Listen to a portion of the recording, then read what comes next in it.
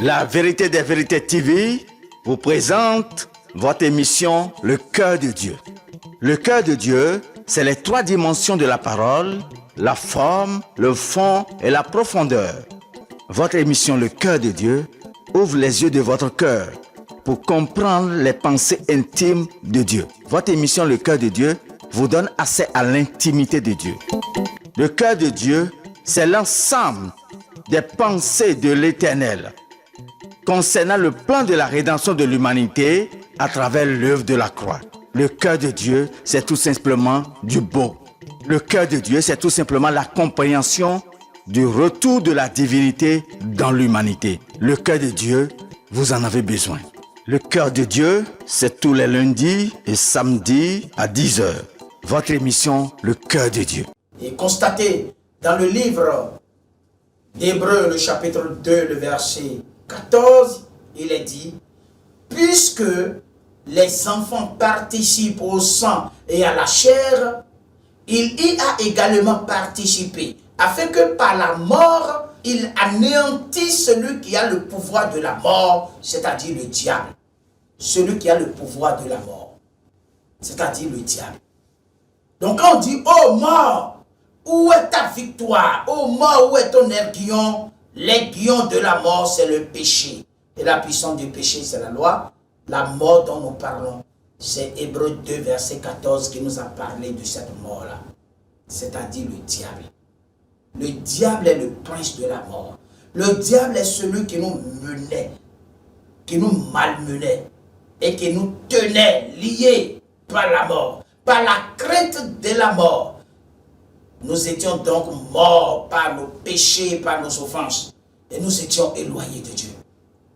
Le diable, le péché et la loi ont formé une association de malfaiteurs pour dominer l'humanité tout entière, pour régner et gouverner l'humanité tout entière, pour détruire la bonne conscience de l'homme, pour détruire le bon cœur de l'homme, en sorte que l'homme est devenu l'ennemi de l'homme, l'homme est devenu le loup ravisseur de l'homme.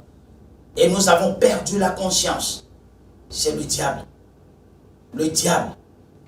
Et lorsque nous parlons du message du salut, nous parlons de la victoire que le Christ a acquise sur nos trois grands adversaires, sur les trois grands ennemis de l'humanité.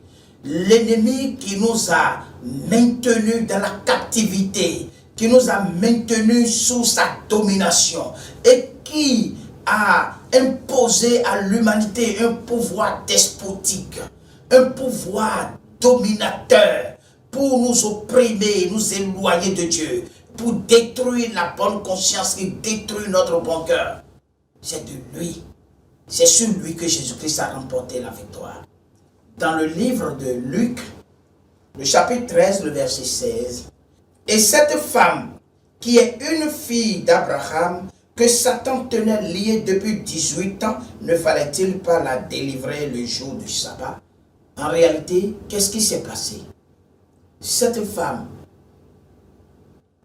n'aurait pas pu être malade si elle n'a pas péché. Parce que la maladie vient de la malédiction du péché. Et parce qu'elle a péché, et que la loi la condamnait, et qu'elle est tombée malade, Satan l'a tenue liée par la maladie pendant 18 ans. Jésus a dit, cette femme que Satan a tenue liée pendant 18 ans dans la maladie. Est-ce que vous savez que plusieurs des malades, les maladies chroniques, les maladies telles que le cancer, les fibromes, les ulcères, les maladies les maux de cœur, les crises cardiaques, beaucoup de maladies qui ont hypnotisé les hommes, qui ont accablé les hommes. Quand vous allez à l'hôpital, vous voyez des gens accablés sur leur lit d'hôpitaux. Ils sont complètement abattus. Ils sont déprimés, ils sont opprimés par la maladie. C'est Satan. Jésus l'a dit. Il dit, cette femme que Satan tenait liée depuis 18 ans.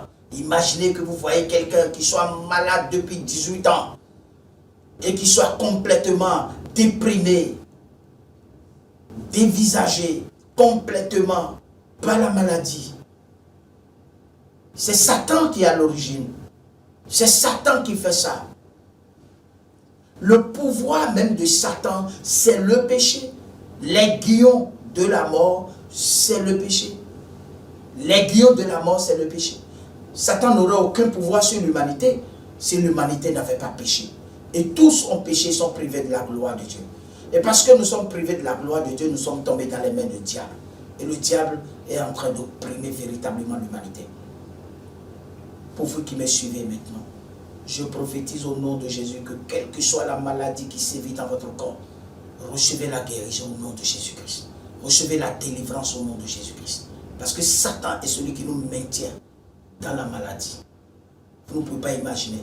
Quand vous voyez des conflits interethniques, interreligieux, quand vous voyez des conflits politiques, ou des amis, des frères, les mêmes personnes qui ont joué sur le même terrain, qui ont mangé, qui ont bu dans le même maquis, qui ont mangé et qui ont bu dans le même restaurant, qui étaient des amis dans du quartier et qui ont grandi ensemble, se soulever des machettes contre. Ça ne vous dit rien? C'est le diable qui est à l'origine. L'homme n'aurait pas pu faire du mal à l'homme si en réalité son cœur n'était pas corrompu et que sa conscience n'était pas complètement corrompue par Satan. Satan nous injecte de mauvaises pensées. Satan est à côté de chacun pour lui injecter de mauvaises pensées, des pensées orgueilleuses, des pensées égoïstes. Il n'y a qu'une seule chose, et nous sommes nombreux à disputer là-dessus. Nous devons nous entretuer.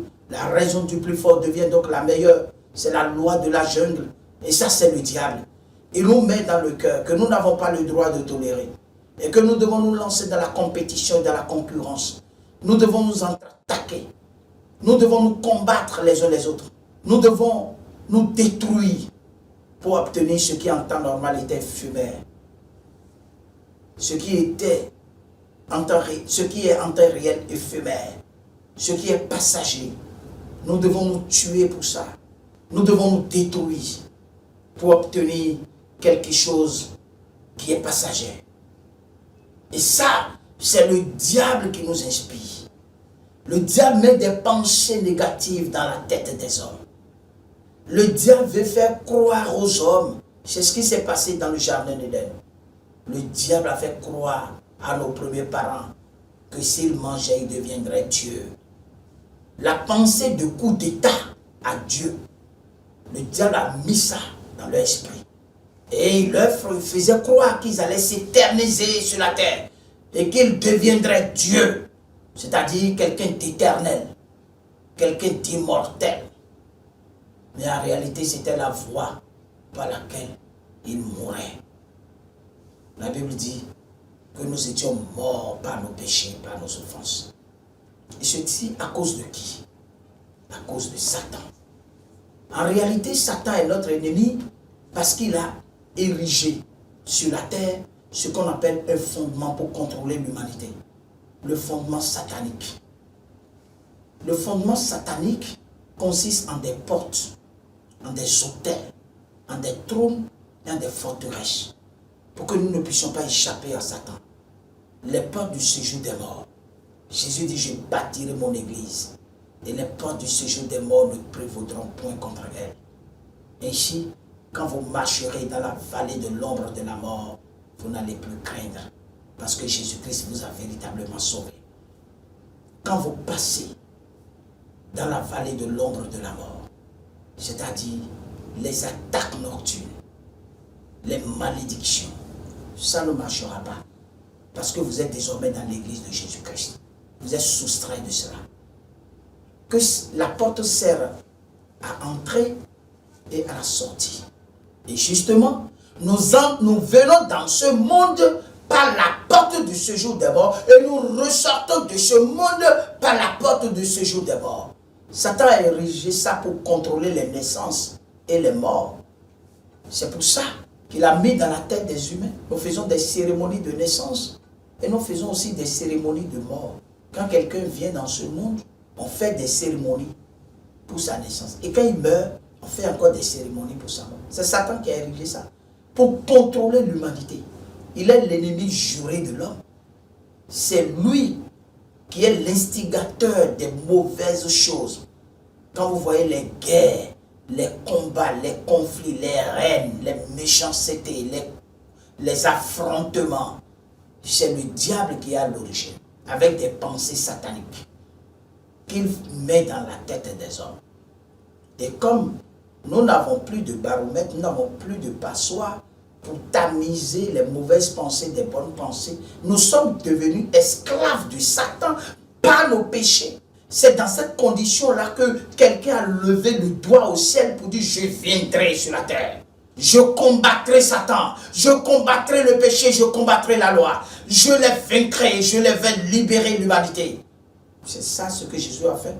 C'est pour ça qu'on dit que l'évangile, c'est la victoire que le Christ a acquise sur la croix, sur l'adversaire de l'humanité, sur les ennemis de l'homme.